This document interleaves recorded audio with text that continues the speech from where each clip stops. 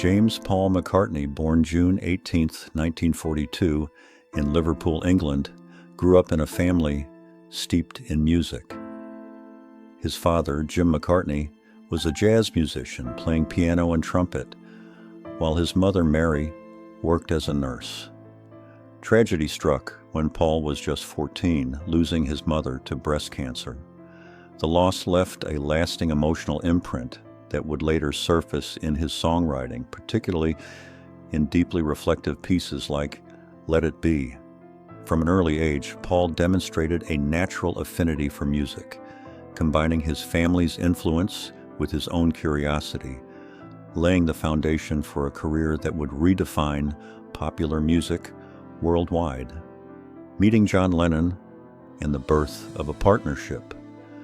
In 1957, a fateful encounter at a church hall introduced McCartney to John Lennon.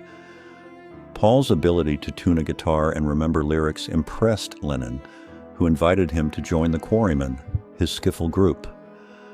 This meeting marked the beginning of one of the most iconic songwriting partnerships in music history.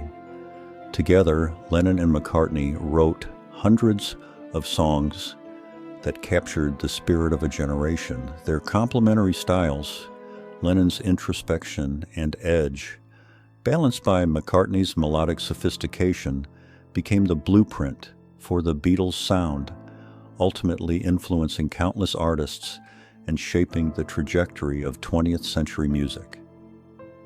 The Beatles' rise to fame. The Beatles' emergence in the early 1960s transformed global music and culture. McCartney, as bassist and lead vocalist, was central to crafting their distinctive sound. His melodic bass lines, versatile voice, and ability to write both tender ballads and energetic rock songs made him indispensable. Hits like Yesterday, Hey Jude, Let It Be, and Blackbird showcased his talent for blending emotion and melody. McCartney's role extended beyond performance. He was deeply involved in production, experimentation, and pushing the band's creative boundaries. Albums like Sgt. Pepper's Lonely Hearts Club Band symbolized the era's counterculture and secured their place in music history. Solo career and Wings.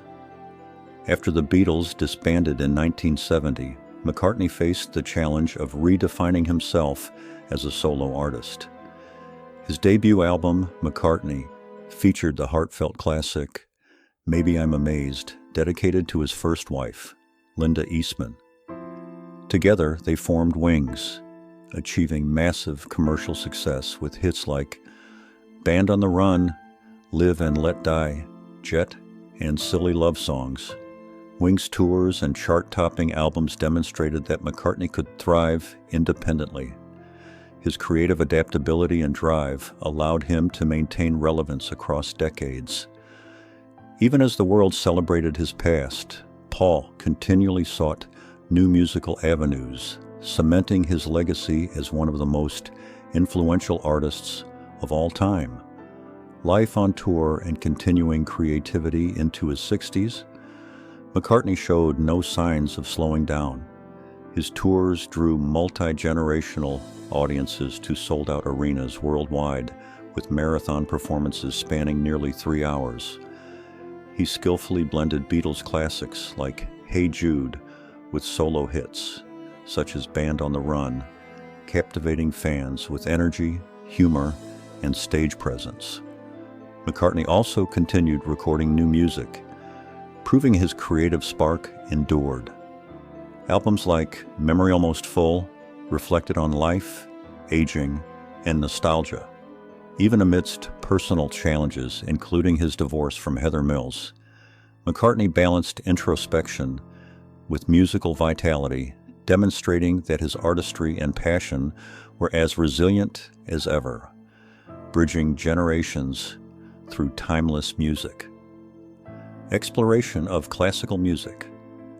McCartney's creative curiosity led him to classical music. In 2006, he released Exicor Meum, a Latin and English composition inspired by the memory of Linda McCartney. The album, performed at London's Royal Albert Hall by the Academy of St. Martin in the Fields and the Boys of Magdalen College Choir, Oxford, showcased his versatility. Critics praised its emotional depth and melodic sophistication, cementing his reputation as a serious composer. Exe Cor Meum not only earned him a Classical Brit Award, but also demonstrated his ability to bridge popular and classical genres. This project highlighted McCartney's dedication to music as an evolving, lifelong pursuit. Reflections on George Harrison. McCartney's relationship with George Harrison was central to the Beatles' dynamic. In interviews, he reflects on George's shy smile and precise guitar work, which shaped their sound. McCartney recalls that George constantly experimented with chords, transforming songs in unexpected ways. Yet creative tensions arose as Paul's perfectionism sometimes clashed with George's desire for independence. Looking back, McCartney admits he could have given Harrison more space.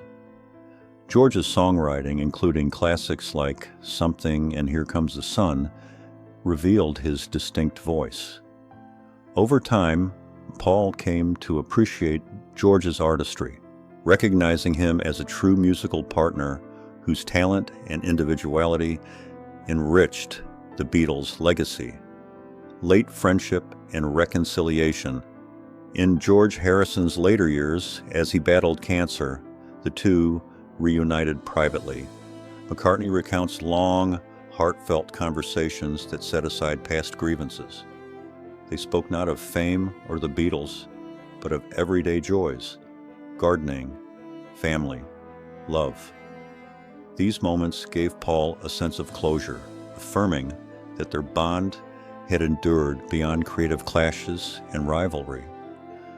McCartney recalls feeling peace during their final meeting, knowing it was likely the last time they would be together.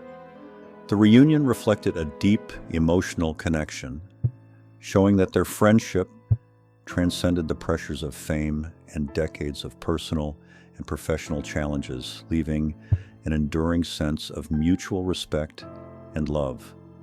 Honoring Harrison through music, McCartney continues to honor George's memory and performance.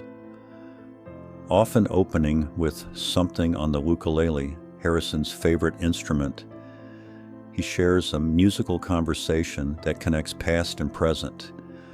He describes feeling George's presence as if he is playfully guiding the performance. For audiences, this becomes more than a concert. It is a tribute, a spiritual reunion of two musical brothers. McCartney's enduring respect highlights the profound influence George had on his life. Through music, he keeps Harrison's legacy alive, blending memory, artistry, and emotion, demonstrating that the Beatles' greatest gift was not only their songs, but the deep bonds formed between them. Lessons and lasting legacy.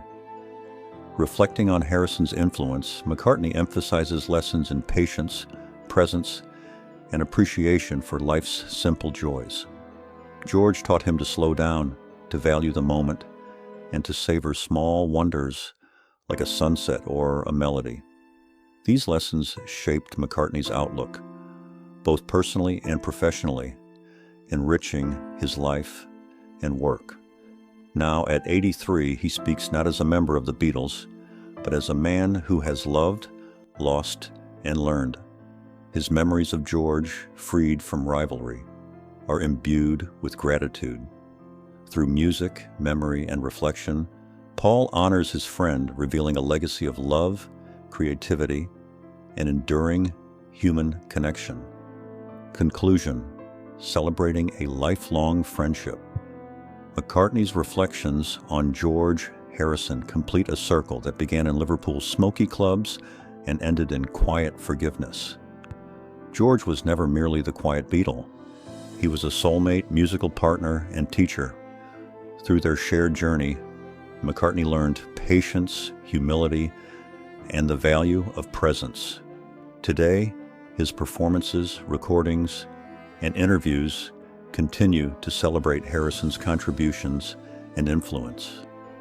The Beatles' story, often told through fame and innovation, is equally defined by friendship, love, and reconciliation.